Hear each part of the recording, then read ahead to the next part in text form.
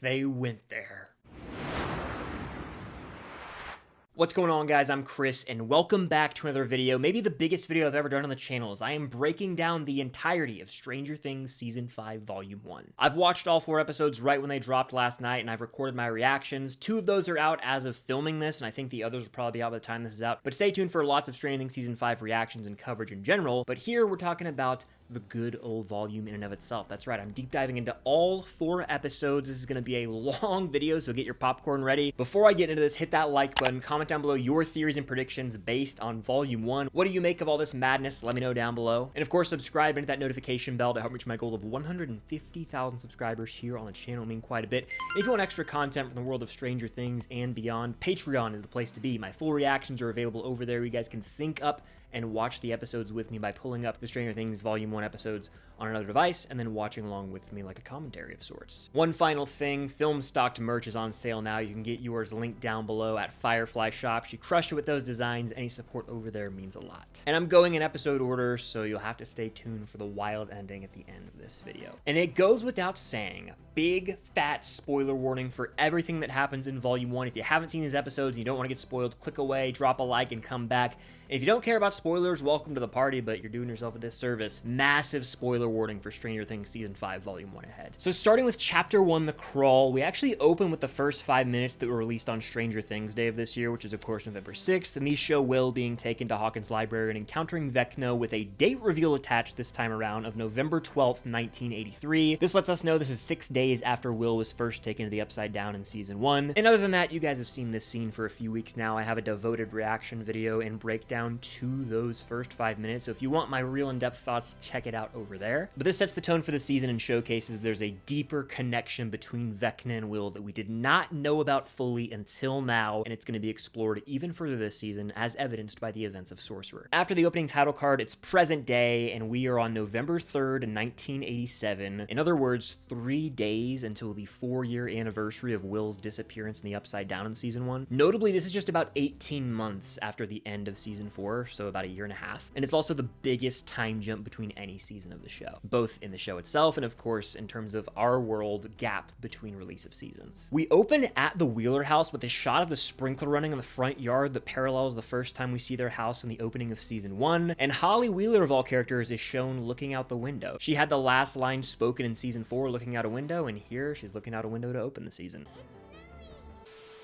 She sees a mysterious silhouette and a spooky score starts to play, and while this figure's identity is not fully revealed until the end of episode 2, I immediately was able to pin this as Henry Creel because there were paparazzi photos forever ago that released online of Jamie Campbell Bower dressed up in this suit with Holly Wheeler, so I kind of knew that going in here. But it is revealed that the Byers family is living with the Wheelers as we get another rendition of the track Kids as everyone is gearing up for the day. Never get sick of hearing that score. And as you can imagine, double the mouths to feed and double the chaos has Ted Wheeler in absolute hell. But everyone heads out to start their day, and the morning squawk plays over the radio. This reveals Steve and Robin to be working at the WSQK radio station, which I'm a big fan of. They stay together wherever they're employed. And here, Robin recaps some major events from the past 18 months, calling the listeners her fellow quarantine compatriots as Hawkins is under a military lockdown where no one can get in or out. On top of that, the spore-like particles that have always existed in the Upside Down and that are in the sky all around at the end of Season 4 are referenced. Apparently, there are mandatory medical examinations as a result of the inhalation of these spores, so I'm wondering if that's laying the foundation of something that could come up in the back half of this season. Like, it makes you wonder if they're going to go the route of people getting infected, almost like in a zombie apocalypse type show. It'd be a bold swing, but they certainly went for it with some reveals in the last episode here in Volume 1. Like, perhaps the particles are maybe even latching onto hosts. Who knows how crazy they want to get with it. There's a funny line where Robin talks about how the rifts that split open at the end of Season 4 have been covered by a giant metal band-aid, and then downtown Hawkins as we know it has been forever changed, as it's now a military access control zone, or MAC-Z as they refer to it, and it's a restricted area in downtown Hawkins. We see a giant gate right on the side of the library where the gates of course converged in Hawkins at the end of Season 4. So they're establishing, hey, Hawkins isn't the same. Yes, life has resumed, but it's not remotely normal. There's a heavy military presence and basically strict rule all around and heavy surveillance by the government. But Robin's broadcast gets cut short because there's a wonky signal at the WSQK radio station messing with the broadcast. But over at Hawkins High School, Dustin pulls up, and I love how he's unashamedly rocking a Hellfire Club shirt, continuing on the legacy of Hellfire and Eddie Munson. Despite what everyone else might think, Eddie was a hero, and he is going to make it a goal of his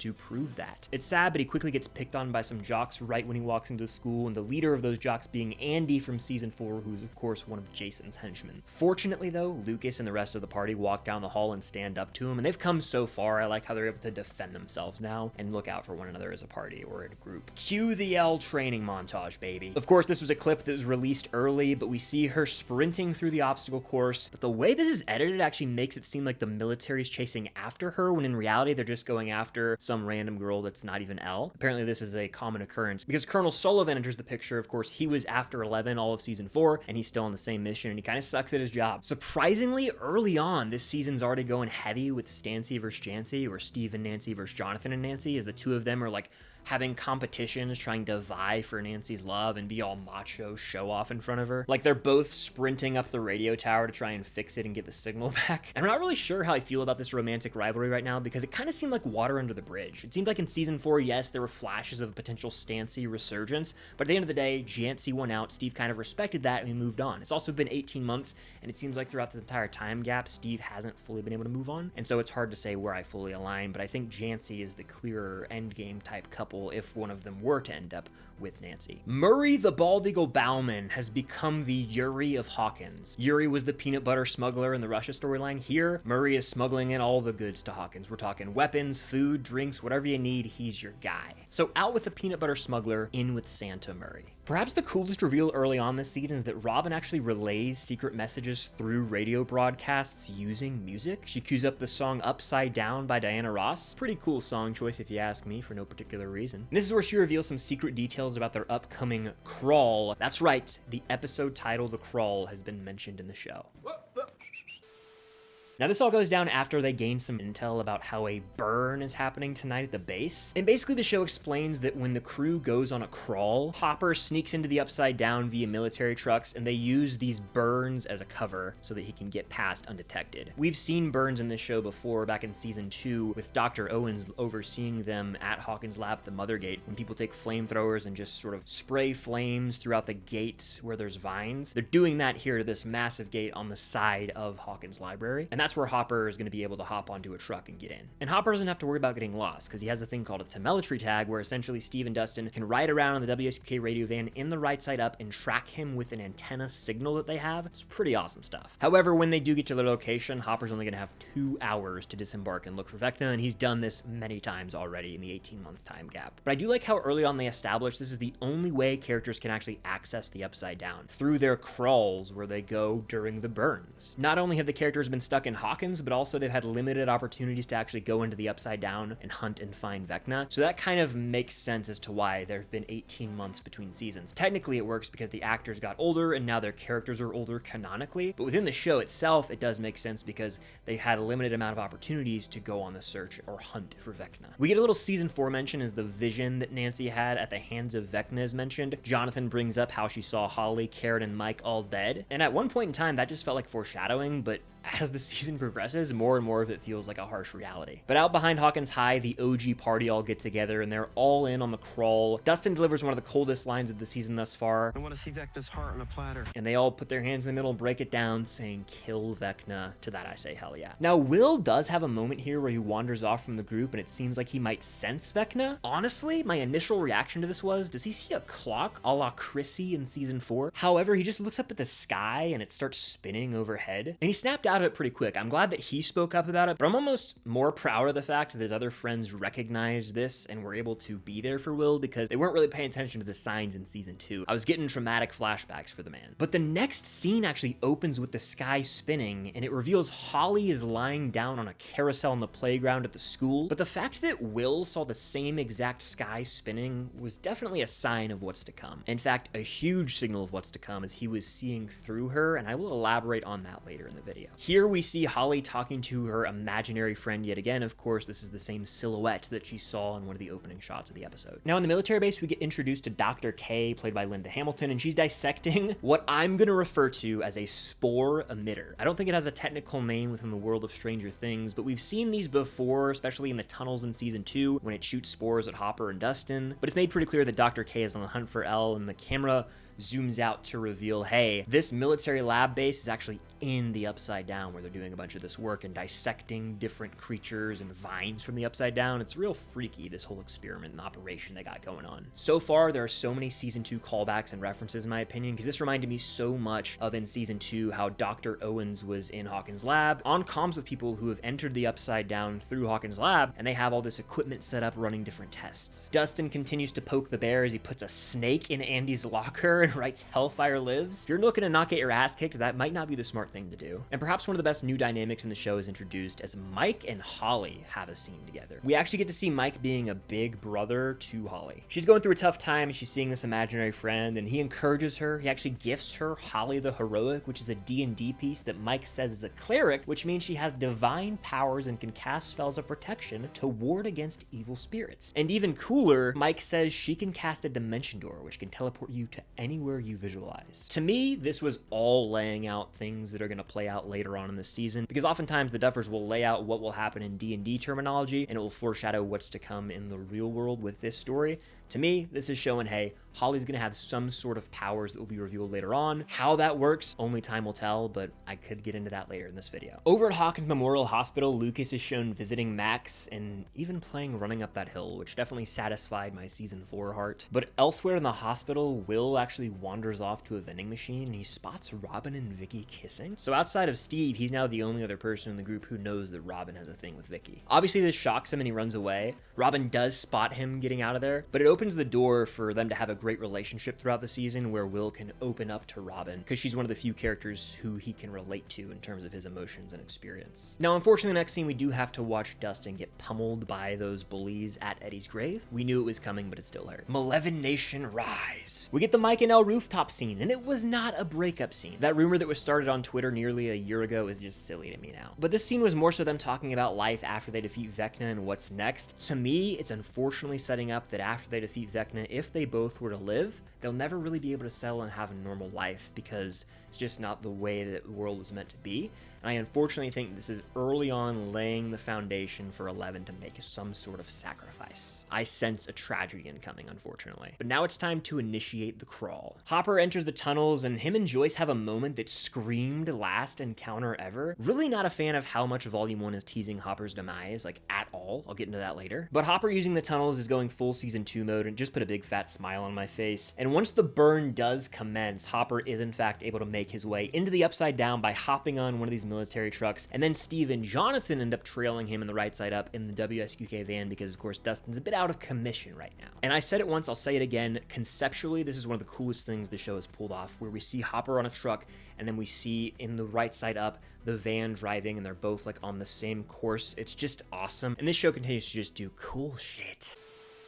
Now, while in the Upside Down, the truck Hopper's on comes into contact with a group of Demogorgons. And in the right side up, Will has a sense or tingle as if the presence of Vecna is near, but this time around, he actually ends up seeing through the eyes of a Demogorgon. This is taking true sight to a whole nother level. We get some really sick Demogorgon POV shots, though, not just here, but all throughout the season. And in a sense, this is further expanding the now memories that Will has in Season 2. Again, I'll elaborate on this later when we get to Sorcerer in the video. But Will continues to see through one of these Demogorgons that is now begun sprinting to the Wheeler house, and Joyce is able to snap him out of it. Again, this is just showing how that powerful mother-son connection, really the power of love, not to go full Back to the Future on you like Robin in the next episode, but the power of love and human emotion wins a lot in the show, and that's just kind of one little example of that. But Will snaps out of it and warns, hey, Demogorgon's heading to the Wheeler house. Of course, at the Wheeler house, Ted's kind of being a schmuck. He's out back hitting golf balls, and Karen's a bit wine drunk, so that's not a good matchup when you've got Holly alone in her bed. Kind of sad, because where's the episode end? A major cliffhanger. A Demogorgon bursts through a gate in the roof of Holly Wheeler's room, and she screams as the episode cuts to black. I just gotta say, love how far the VFX have come. If you go watch the first episode or second episode of the show and compare the Demogorgon there to what we see here, night and day different. But this cliffhanger lets us know Holly's being targeted, and we roll right into the next episode, the vanishing of Holly Wheeler. It's been made official. I like that they didn't put that on Netflix until you actually click play on the episode, get through the cold open and watch the title card. That's when we finally find out. But we have official confirmation that Holly is the one who vanishes. The episode opens with her being taken to the Upside Down by a Demogorgon, but first we have to watch that Demogorgon rock Ted Wheeler, and unfortunately Karen as well. However, Karen put up much more of a fight. She smashes a wine bottle and is stabbing this thing. She's not going down, right? Nancy Wheeler is her daughter, so she's got some fight in her. And I just don't see Ted Wheeler making it out alive. They say he's in a coma. We haven't seen him since then. Now, Eleven and Nancy do pull up just in time to have Elle run through the closing gate after the Demogorgon and Holly, so she's now in the Upside Down. But Ross Duffer was not messing around. He made a comment saying this might be the craziest cold open they've ever done. I'm not going to argue with it. They went for it here. Now, at the hospital, of course, Nancy feels guilty for what happened to her parents, and this kind of calls back to her vision yet again from Vecna that she had in season 4, where she's talking about how we knew of this vision all along. We could have done more. We could have put a stop to this. So she bears some guilt here. Lucas does bring up a great point, though. He says, why would Vecna leave things unfinished? It might not really be about making them suffer. There's something else at play here. The vanishing of Holly is eerily reminiscent to the vanishing of Will in the first episode, and it just so happens that the first episode of Stranger Things is called The Vanishing of Will Byers, and the second episode of season 5 is called The Vanishing of Holly Wheeler, so the parallels are there between Holly and Will. Now, later at the WSUK radio station, Joyce asks Will about the visions that he had, and asks, are these like your old now memories? Obviously, those are from the events of season 2. And Will says, yes, only more intense. It's like I was the Demogorgon, seeing what it was seeing, thinking what it was thinking. It was almost like a dream, and he says he must have somehow tapped back into the hive mind. Now, Joyce suggests they actually severed the connection to the hive mind, but Will says, I don't think it was ever truly severed. Ever since he took me, it's like I was permanently changed. The feelings come and go, going away in California, but returning right when I got back. Now, this explains why Will wasn't really feeling anything or what was going on with Vecna. He didn't have any sense of that when he was in the Cali crew back in season 4 with all the murder gates and Hawkins. But it does go to show how absolutely crucial those opening 5 minutes of the season are. We don't know the full context yet, but it seems like whatever Vecna and or the Mind Flayer deposited in Will is what forever resulted in this change and connection. Like in that moment when he was hooked up to the vine through the mouth, he became a part of the hive mind. And that connection comes and goes, but right now it's stronger than ever. Now, the editing of the show itself in this moment kind of suggests they're referring to his physical possession in season 2 by the shadow particles of the Mind Flayer. But honestly, I believe it goes back to that fateful day on November 12th, when whatever the hell went in him, slugs, whatever you want to call it, was deposited in him. That connection is what I believe they're actually referring to. More reveals to come in Sorcerer, so stay tuned. Now, Robin's clutch here. She turns the big brain energy on like season 3 and she's cracking the Russian code as she brings up how Will could be a receiver. Going back to the hive mind, he could actually spy on Vecna. Phenomenal concept that definitely plays into the whole idea of radio waves and technology that we've hinted at in the off season. But I personally just love to see how passionate Will is about saving Holly, because he himself went through the same exact experience where he was taken by a Demogorgon to the Upside Down and it changed him forever, and he wants to rescue Holly. I like to see that compassionate side of him. Honestly, I just gotta say I'm not too crazy about what happens next with the whole Stancy-Jancy bickering. Like I mentioned earlier, it seems like old news at this point.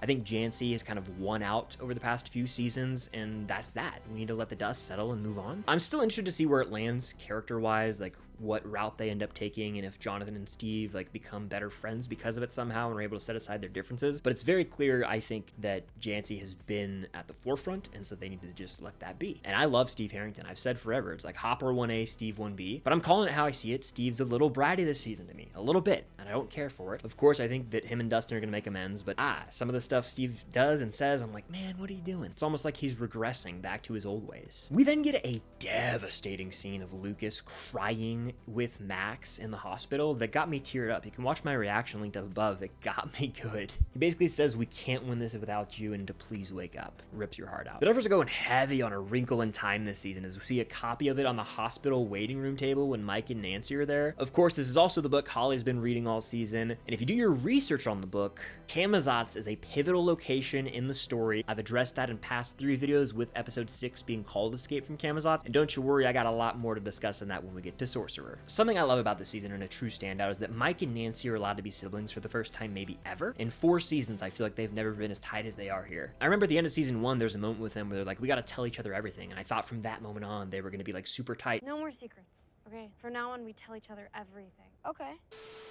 and they just never were really on screen together again all that much. Finally, they're giving us that duo, and they're carrying a lot of this season in my mind. But the two put their brains together and they realize Holly's imaginary friend, Mr. Whatsit, might know where Holly's gone missing to, so they try and sneak to Karen's hospital room to get some information out of her. And guys, I hate to say it, but Steve and Dustin aren't on the best terms this season. Hurts my heart, but the boys are fighting. They're fighting and they gotta make amends at some point. We know there's that shot of them from the trailer of them hugging and having an embrace. I hope that's them cutting the crap and making amends for how they've both behaved, but we'll have to wait and see. Great Scott! Shout out Robin. She's hitting us with multiple Back to the Future references here as she quotes Doc Brown, but she also makes up this lie about the flux capacitor to Joyce, who just has no clue what's going on. All this is done, of course, in order to pull Will aside so she can tell him, hey, Will, your plan's actually pretty smart. We should go through with it. Of course, that plan being Will using himself as an antenna to spy on Vecna. And Robin actually has a quote that, if you dig deeper on, is a crazy callback and foreshadowing what's to come potentially. She says, the Enigma machine won the war, knowledge is power. This, of course, is in reference to Alan Turing, who cracked codes during World War II to help defeat the Germans. But does the name Alan Turing sound familiar to you in the world of Stranger Things? It should, because that's actually who Will Byers did his project on in season 4 during the California storyline. Was this foreshadowing all along? Will cracking the code and being the key to taking down Vecna in the Upside Down? Taking it one step further, this reminds me of in season 2 how in Mr. Clark's class, Phineas Gage is brought up, of course the man who had the rod through his head and was missing an eye. That was paralleling what Will was going through in the moment with the mental side effects. Well, hey, what if this is foreshadowing what's to come with Will in volume 2 when he misses an eye? Now all the while, Hopper and Elle are having some really sweet father-daughter moments in the Upside Down as Elle is tending to Hopper's wounds because he got grazed by a bullet. I don't like how much danger is being put in this season, it's making me sick. But he gets emotional, he gets vulnerable. He brings up the loss of his daughter Sarah to Elle. He can hardly even look her in the eyes because of how much pain it causes him. And he goes on to say like he won't lose Elle, he will not allow it to happen. And I just can't shake this impending sense of doom between these two. It makes me sick to my stomach. I'm not at all rooting for it. I just feel like they're setting up a tragedy with them somehow. And man, I hope I'm wrong. I hope I'm wrong, but we'll have to see. Dustin, Jonathan, and Steve are actually all still driving around Hawkins trying to find Hopper by picking up his signal, but they hear something else and call it a false alarm, so we'll find out what that was later, don't you worry. Will and Robin's supremacy as a duo, by the way. Love the energy they bring, love how they feed off one another, and there's just something about two characters walking in the woods and having a conversation that's always heartfelt and sweet in the show. Will feels seen through Robin, and that warms my heart. Now we get to talk about that damn wall that's been in all the shots, because Hopper and Elle arrive here, and we still don't know what it is, but man, is it cinematic. The VFX there shine, and it's a big-ass wall. We'll find out what it is later. Now, coming into the season, I had a theory this was the border of Hawkins just in the Upside Down, or that it was the wall separating Dimension X in the Upside Down, and we kind of have an idea of what it is based on a revelation made in episode 4. I'll get to that later in this video. But back with Nancy and Mike at the hospital, they went full Han and Luke sneaking onto the Death Star and went undercover as a nurse and a patient. That way they were able to make contact with Karen.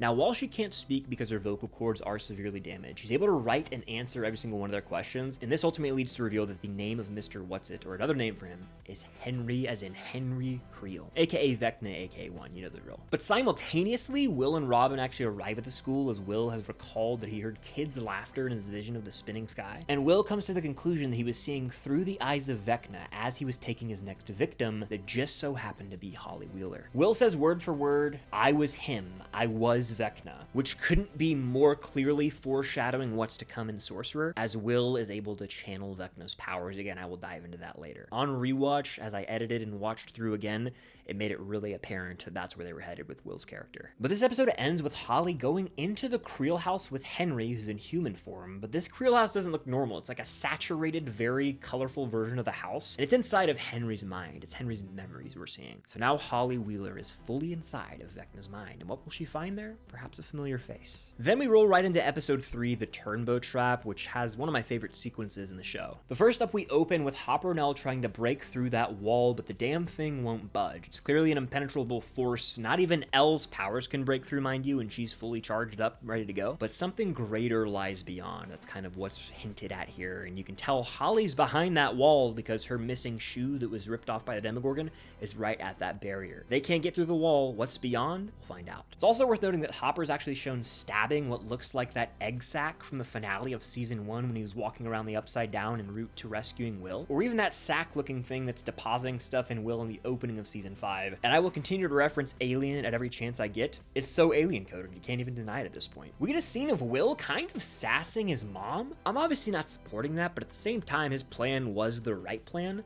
So them two are kind of growing in their relationship, learning trust, learning to have more of a respect for one another, but it was an interesting scene for sure, but Will kind of was right. Because his plan did work. They found out that Vecna is going after other kids and Holly was just the beginning. This of course reveals that Derek Turnbow is Vecna's next target. Now things are really heating up here because we head back to the Creel house, of course, inside of Henry's mind, and Holly's here. And Henry heads off for the day doing God knows what, and he tells Holly, whatever you do, don't go into the woods. What do you think she's gonna do? She's gonna go into the woods, but we see someone watching her from a distance. Who? Find out at the end of the episode. But over at the WSQK radio station in the real world, in the right side up, Will relays to everyone how he can actually tap into the hive mind, therefore tapping into Vecna's mind, as he did this with both Holly and Derek Turnbow now. Again, on rewatch, this firmly establishes, in my opinion, that they're committing to the idea of Will being able to overtake Vecna's powers and use them for himself. But now we spring the Turnbow trap. This is essentially where they're going to take Derek to McCorkle Farm, but blindfolded so that Vecna cannot locate them through his eyes and keep him safe from Vecna as well. Loved how Mike went full leader here. He's the heart, he's the leader, he embraces that role time after time here in this season as he's the one laying out this plan for the Turnbow trap. And it's such a cool plan that involves like shooting one of those tags into a Demogorgon and tracking it back to its lair in the Upside Down, ultimately revealing where Vecna is. It's so much fun. Like, that sense of adventure is still there. Yes, the stakes are the highest they've ever been, but they're doing fun, adventurous things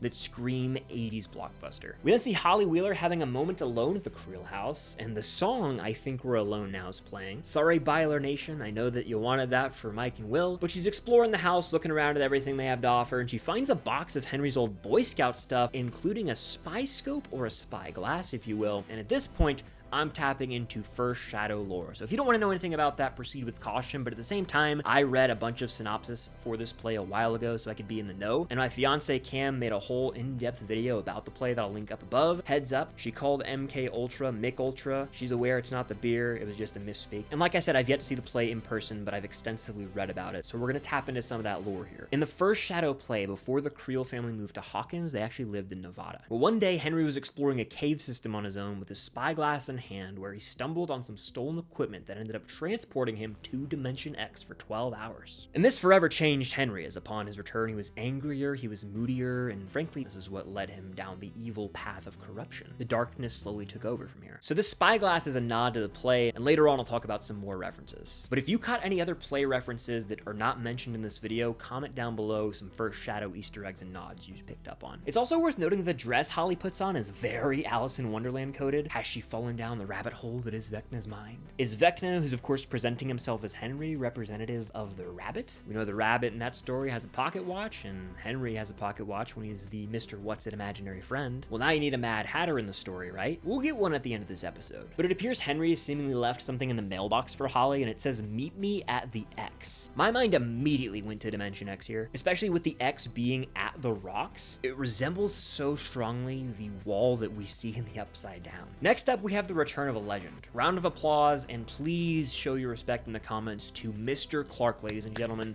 legend in my house. Eric is actually shown as a student in his class, but if you pay attention to the lesson Mr. Clark is teaching, it could 100% be foreshadowing what's to come. This show loves to take concepts or lessons from the classroom and apply them to the present day situation the characters find themselves in, and Mr. Clark is teaching about Einstein-Rosen bridges, aka wormholes. We know the penultimate episode of this show is called The Bridge. Are they gonna do something crazy here near the end? I'm kind of here for it. Now, of course, wormholes are theoretically known as a tunnel or bridge through space and time that could connect two distant points. Could this potentially lead to a different location in the universe, or even a different universe? Is there a world where this show ends in another universe, or potentially could this be a reference to the Mind Flayer having traversed various dimensions over time and conquered various species that it deems as inferior? Who knows, but I certainly think this is going to somehow involve the aforementioned powers of Holly the Heroic. Honestly, kind of has me wondering if it could be involved with this shot of something in the sky overhead of Hawkins' lab spreading out throughout the Upside Down, because we've yet to see it in the series thus far. Mike and Lucas actually go and recruit Erica to help with the Turnbow trap, because it's revealed that Tina Turnbow is Derek's older sister. Of course, this is a season 3 callback to one of my favorite lines in the whole show. I don't care about Tina or Uncle Jack's party. Worth noting, Erica and Tina aren't on the best of terms right now, but Erica's willing to go through with this plan anyway. But now that Robin and Will have gathered the meds to knock out the Turnbows, and Murray has dropped off another supply shipment, Steve's car gets transformed so that it can have an antenna on top, and we get an awesome little Ferris Bueller's Day Off homage with the needle drop. We find out then that Murray gave an engagement ring to Jonathan. I was pretty stunned to see it, but on rewatch, they literally wink and make it obvious that he got an engagement ring for him early on in the season. Just give it a whirl. I think you'll find it quite engaging. To that I say now is not the time. I know earlier in this video I said Jancy's kind of at the forefront. Sure, as a couple, but now is not the time to get engaged. Both her parents are in the hospital, Holly's missing. Please have the sense to not get engaged right now or propose. We then get a really cool interrogation scene between Hopper and Lieutenant Akers, and it's so awesome because Elle goes inside of Akers' mind to try and find some more info on Dr. K and this mysterious wall. Just the way she's mastered her powers over the season and continued to use them in more and more innovative ways, it excites me. It's great stuff. She sees a large metal door, but we can actually make out what's behind the door. Elle does say that someone powerful like me is being kept behind that door, as she heard the kryptonite. Of course, that's referring to like those sound waves that take away their powers for a bit and basically paralyze them. We don't know who's behind that door yet, but it will be revealed. And I'll be honest, my initial thought was maybe a weakened Vecna, but then I was like, how could he be controlling the Demogorgons from inside there? Also, I thought it could be a new creature of sorts. Didn't expect it to be who it ended up being. We'll get there later though. But then we finally get to the turnbow trap sequence, and it's just delightful. It's very classic Stranger Things. We see Erica knock out the family with drugged pie, and everyone goes full Home Alone as they rig up the Turnbow's house with these different traps. I'm talking, they chainsaw out part of the floor, they got nails on boards, fires involved. It's awesome. All this, of course, so they can lure a Demogorgon out there and track it back into the Upside Down to find Vecna, where Holly hopefully is. And we get a really quick convo between Will and Joyce, having a very sweet heart-to-heart, kind of just showing their relationship growth over the years, as Joyce is gaining more trust in Will, and Will is getting older, so his relationship with his mom is just maturing and becoming different. Like, yes, he's still her baby boy, but they can be more friends as they get older. The trap is sprung, they successfully tag the demo, and as they're tracking it, it turns out the Demogorgon has turned around and is headed to McCorkle Farm, where Derek Turnbow is, because his blindfold's been removed, so Vecna was able to spy and find where he was, and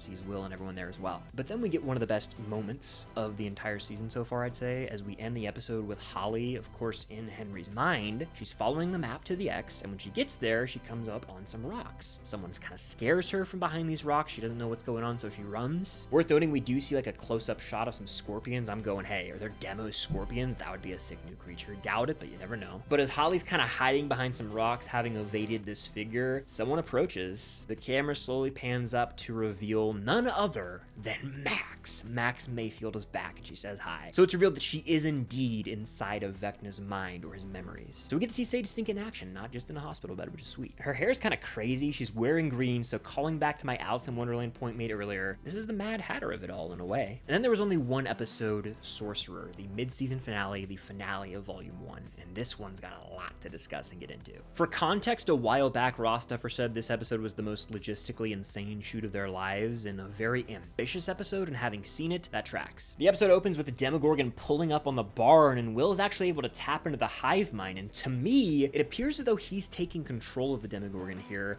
but he doesn't even know what he's doing. Like, he's not aware that he's doing it, but he's backing the Demogorgon away from Joyce until it gets run over by Steve Scar. Steve and company then track this Demogorgon through a gate in a very thrilling sequence to start. But while this is happening, Will, still in the hive mind, is able to spot various kids in vines with tubes down their throats in some new location. You can imagine this is very traumatic for him because he's gone through this. Whether or not he has a full memory of that is TBD, but this also shows that Henry has other kids that are not just Holly rounded up and vined up, if you will. But we see Will illustrate this, like he paints what he saw on the barn door, and he said he could feel it's important to Henry. He says, I had this feeling he didn't want me there. They discuss how he basically jacked right into the control center of the hive mind. They go on to talk about how Holly and other kids became part of the hive mind like it was doing something to them, a la Will in the season 5 opening, because Will became a part of the hive mind in that moment. So if you take that concept and apply it to Holly and everyone else, they're now a part of the hive mind because they've been connected. They do point out that lots of empty spires remain, which means Vecna's gonna snag some more kids. They said there's 12 spires. Well, there are 12 hours on a clock, and we do know clocks were a prominent image in season 4, so that could be something, or it could be nothing. Now, it is worth noting that whatever Will paints somewhat resembles the Einstein-Rosen bridge from Mr. Clark's class that was described as as sort of having an hourglass look. So there could be something to this. Maybe it involves kids going to different dimensions, restarting in different dimensions. Who really knows what the hell is going on? But the biggest takeaway here, especially on multiple viewings, is how Will's painting of what he saw resembles the Mind Flayer itself. The spider-like shape is there just like with the Mind Flayer, and inside of what Will sees, kids are being tied up with vines and tubes down their throats, a process we've seen the physical form Mind Flayer in season 3 enact on people. Of course, this is where they like deposit something inside of people. In this case, it's the kids. So does this mean that Will was connecting to the Mind Flayer in the season 5 opening? Was the Mind Flayer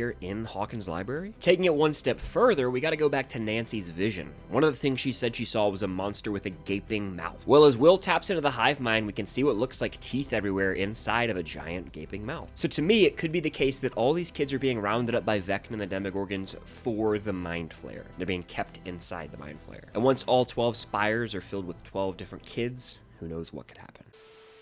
But something I've loved about this season is the idea of new duos, right? We have Robin and Will. We have Mike and Nancy finally being a duo. Add Max and Holly to the list. If you think back to season 4, they'd have a moment where they're sitting together at the Wheelers' kitchen table. In the moment, you don't really think anything of it, but now they're stuck together in Vecna's mind. They actually head back to Max's home, which is in some cave with a view of the desert. You pay attention to the outline of that cave when they're looking out the view. It actually resembles the emblem or logo that's on the spyglass. And Max calls this place Henry's prison. Speaking of prison, we got a prison break planning as Robin goes full Great Escape. She's crushing it with the movie references this season, and they have a plan to go through the tunnels into the military base so they can get these kiddos out to safety and away from Vecna so that he can't get them and add them to the spires. In the Upside Down, Hopper and Elle actually get in contact with Steve, Jonathan, Nancy, and Dustin as they're all in the Upside Down now. And this is where we're starting to get some more info on what's to come with the wall, right? Hopper says, oh, we hit a wall over here in this point in the Upside Down. Dustin's like, oh, we ran into a wall over here. We're starting to connect the dots of the shape of the wall. Let's just say that much. Heading back to the mind of Henry Creel, Max explains to Holly what's been going on with her. And this is a much needed info dump. I was here for this scene. Essentially, Max says she was wandering through different memories in Henry's life, and we see the aftermath of the massacre at Hawkins' lab, but we even go to Hawkins High School in 1959 as young Joyce Byers is promoting the school production of Oklahoma. Someone even walks by and says, is this that stupid play of yours? To which Joyce responds, I better see you there, Harrington. This is of course indicating that was Steve's dad being a bit of a dick. But the flyer for the play shows the date of November 6th, 1959. Just so happens to be the same date, November 6th, that Will Byers was taken to the Upside Down in 1983, the opening of the show. Coincidence? I think not. Perhaps we'll explore some of Henry's memories in the back half of this season, volume 2 or the finale, that add context as to why that date has so much significance. Now, Henry himself is actually starring in the play along with a young Hopper, Karen Wheeler, whose maiden name is Childress, Ted Wheeler, Eddie's dad, Alan Munson, and of course Patty Newby, who is actually Bob Newby's sister, and she plays a huge role in the first Shadow play. Overall, this flyer is a major Easter egg and nod to the play, which I hope is eventually put on Netflix so that everyone can check it out. But if you've seen the play, let me know what you make of this flyer down below, and feel free to drop some first Shadow lore. Holly then brings up time travel, like you went back in time? Max was like, no, I wasn't really there, I was an observer, but the show has now brought up the concept of time travel. It has been name dropped in Stranger Things. So there's a possibility for them to full send on something crazy like that, or they could do time travel, but it's just all mental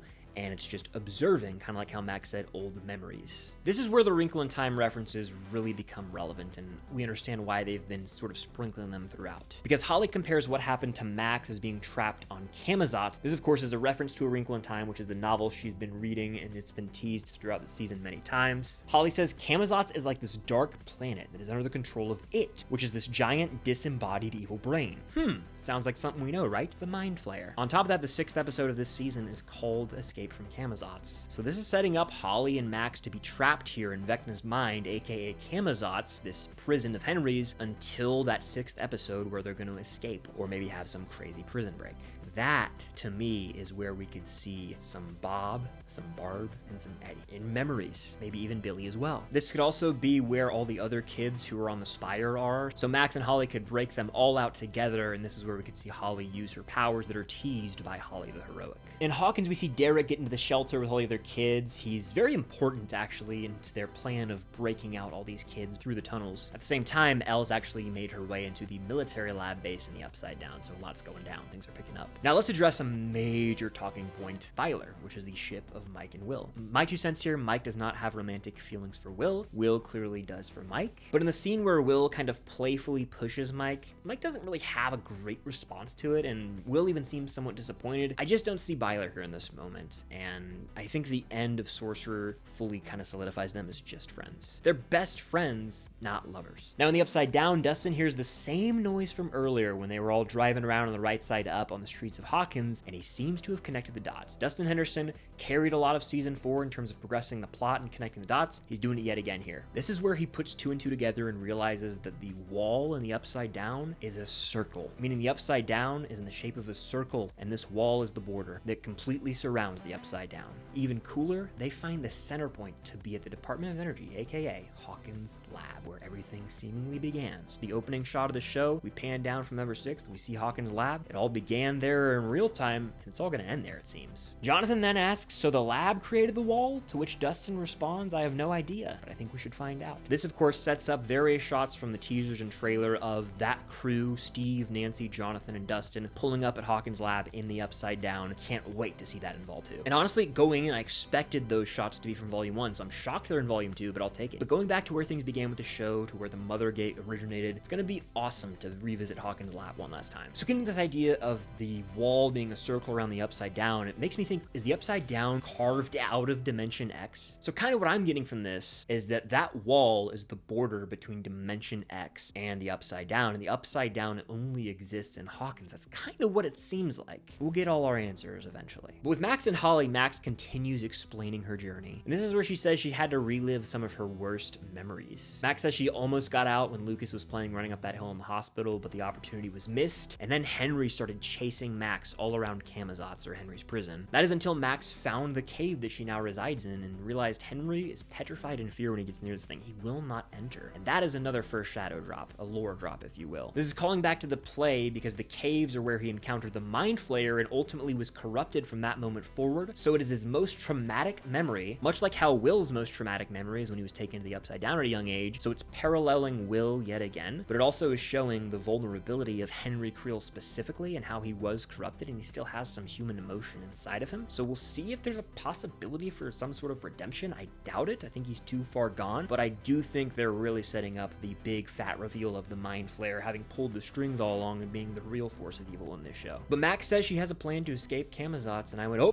Escape from Camazotz. Episode 6 is going to be a freaking movie. But in Hawkins, as the gang makes their way through the tunnels to the military base, Robin actually opens up even more to Will about her own personal journey with her feelings, and Will's able to resonate again with this moment, just strengthening that duo. And the prison break is on, ladies and gentlemen. The kids slowly start to make their way through the bathroom stall floor into the tunnels, and all the while, Elle gets caught by Dr. K in the military lab in the Upside Down. Here, Dr. K tells Elle she's been looking for her for a very long time. She's about to say her name, but Elle cuts her off and is like, you're Dr. K. I don't know if that was intentional. I don't know if I'm reading too deep into it because I'm just so in the zone right now, but it seems like that's kind of setting up a reveal that Dr. K isn't who she says she is, and her identity is going to be a huge talking point or reveal that's got some significance to it in the final 4 eps. Hopper gets into a little shootout fight with Lieutenant Akers, and he ultimately gets tied up by a vine on steroids. This looks like a freaking Kraken arm. It's like the surgical experiment gone wrong, like Frankenstein's monster. It's got stitches all over it. It's disgusting, and it's kind of hinting at this idea of Dr. K weaponizing creatures, entities from the Upside Down, maybe even wanting to extract power from 11 to use it for military purposes as weapons. And again, I reference Alien. It's very Wayland-Yutani coded. Get away from her, you bitch!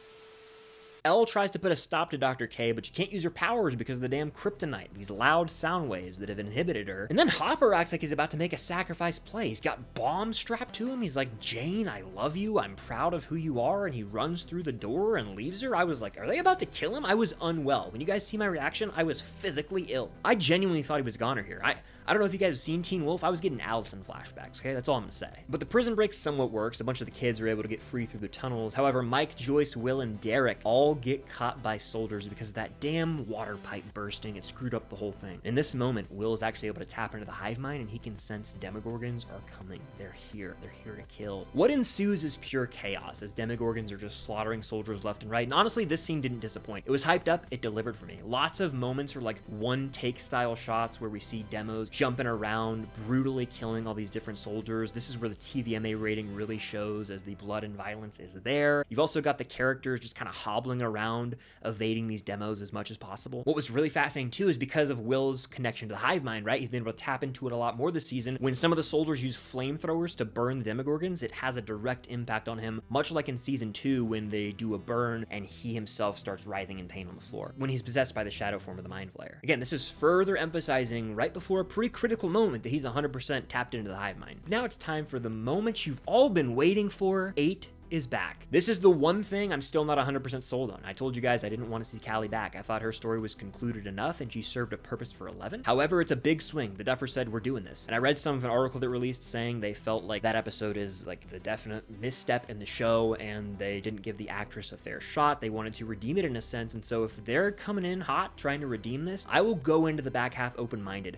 and see what they do with Callie, because I do think there's a route where her character can actually have a compelling arc where it parallels 11 in a sense, and she's been, you know, locked up for however long since we last saw her in season 2, getting tested, getting experimented on, really dehumanized, and they could really make you feel for her. They could almost go like the Bucky Barnes route, showing this torture she's gone through.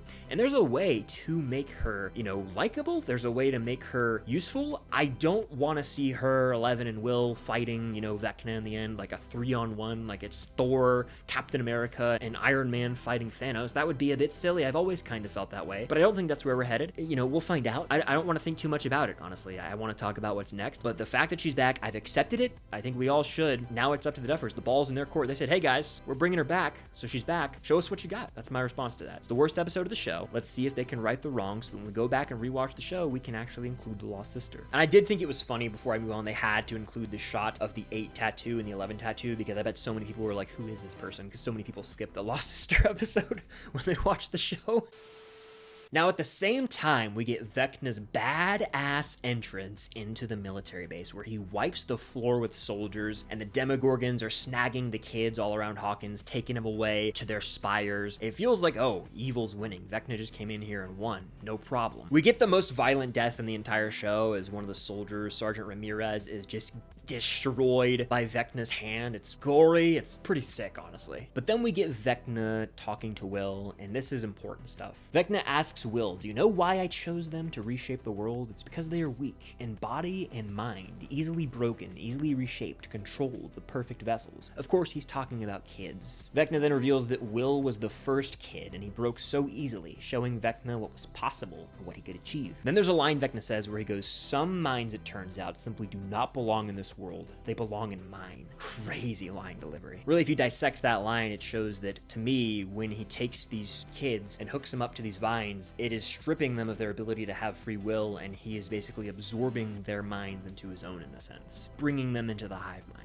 So here we find out Will was the first child taken in this world, and it was because he was a kid he was taken. We still don't know concretely why it was him. It could just be, hey, Vecna decided I want to take kids, and this is the first one because he's alone. He seems weak, maybe he's vulnerable, so I'm going after him. I imagine there'll be more to it than that, but we just have to kind of assume that is the situation for now. But why him? Like, concretely, why Will? I think that's something we'll still get answered, but it could just be, hey, he just happened to be the first one and he was weak. But this notion of Vecna taking kids, to me, comes off as a reflection of his own trauma, in a sense. He himself was taken as a child in multiple ways. On the one hand, if you take the play into account, he was corrupted by the Mind Flayer, and that made him evil and led him down a dark path. On the other hand, Dr. Brenner came into his life and basically made him into a lab experiment for a long period of time. So his childhood was stripped from him, and so maybe he is now enacting that in others because of his own traumatic past. It's crazy because in a way, he's recreating what Brenner or Papa did with all the other kids, something that he claims to despise. But as Vecna dips back into the upside upside down, seemingly winning, Will can sense via the hive mind that Demogorgons are about to kill his friends all around Hawkins. Lucas, Mike, Robin, they're all about to get got by Demogorgons. But in a beautiful moment showing the power of the human experience, friendship, and love, Will has this flashback to fond memories of growing up with Mike as his best friend, fond memories with his mom and his brother, building Castle Byers, showing how he's proud of who he is and who he's become, and channeling those positive emotions to overpower the hatred and the anger. He was no longer scared, he felt free, and he embraces who he is. Robin's words spoken to Will are playing over this film montage flashback. It's really beautiful filmmaking. He feels free and he embraces who he ultimately is, which allows him to tap into the hive mind stronger than ever before, channeling Vecna's powers and Vecnaing all of the Demogorgons. Like, his eyes roll into the back of his head like Vecna and everything. And after he takes all these Demogorgons out, his eyes go back to normal. We zoom in on his face as he wipes blood from his nose. Boom!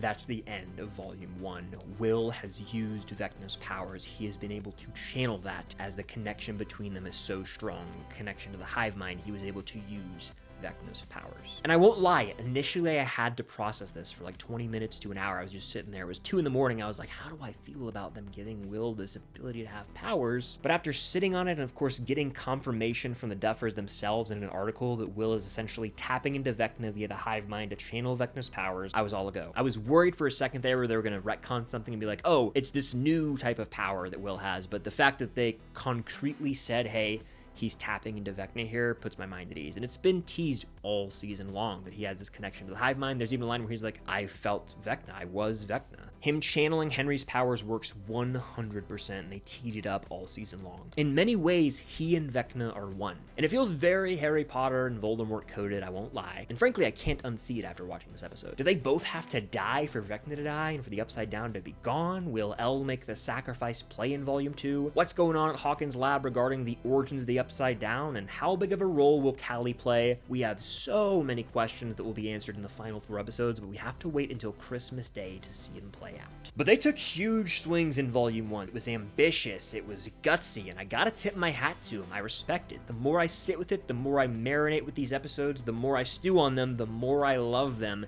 And I can't wait to continue rewatching them leading up to Volume 2 in about a month now. So I say this, they swung for the fences, do it again and hit a home run in Volume 2. But that does it for my full breakdown and ending explained video regarding Stranger Things Season 5 Volume 1. The first 4 episodes are in the books. If you haven't watched my reactions, be sure to do so and stay tuned for ones that might not be out just yet. Full reactions are on Patreon where you guys can sync up with the episode on Netflix and watch along with me. And of course, hit that like button, subscribe, and hit that notification bell, and be on the lookout for tons of Stranger Things content as we approach the final 4 episodes at the end of the year. But I can't thank you guys enough for all the support recently. It truly does mean the world. I got lots of fun things planned you're not going to want to miss, so stay tuned for that. And until next time, I'll see you on the other side of the Upside Down.